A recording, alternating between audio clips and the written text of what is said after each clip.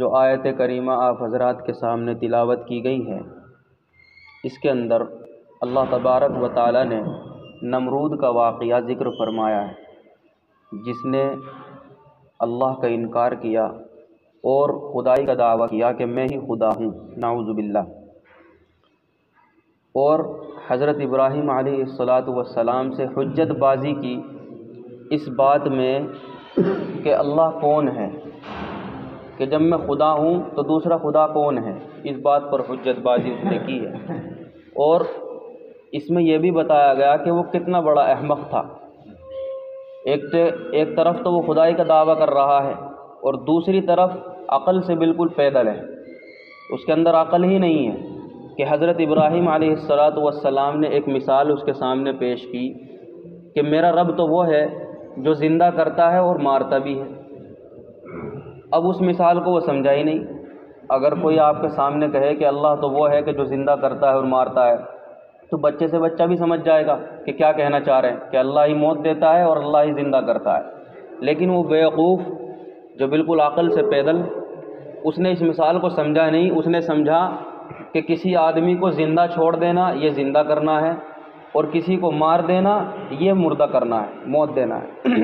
اس طریقے سے اس مثال کو سمجھا، حالانکہ اللہ کے نبی جو حضرت ابراہیم علیہ السلام ہے، وہ کہنا یہ چاہتے تھے کہ اللہ نے جس کو موت دی ہے پھر اللہ اس کو دوبارہ اسی کو زندہ کریں گے۔ ایسا نہیں ہے کہ مارا کسی اور کو زندہ، اس کو جوڑ دیا تو یہ زندہ کرنا ہوا، نہیں، بلکہ جس کو اللہ نے موت دی ہے اسی کو اللہ زندہ کریں گے۔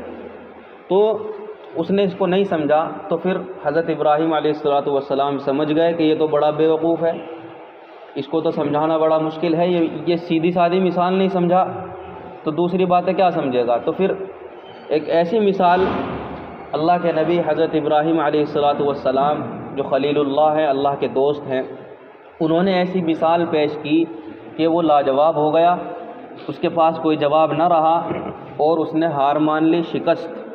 لیکن شکست کھانے کے بعد بھی اللہ کو نہیں مانا، گمراہی میں ہی پڑا رہا۔ کیا مثال پیش کی؟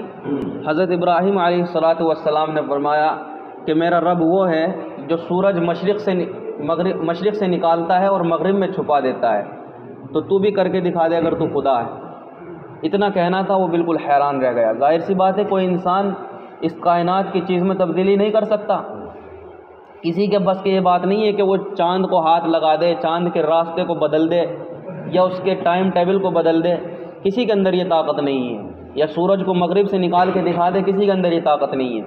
وہ حیران رہ گیا کہ یہ کیا بات کہہ دی۔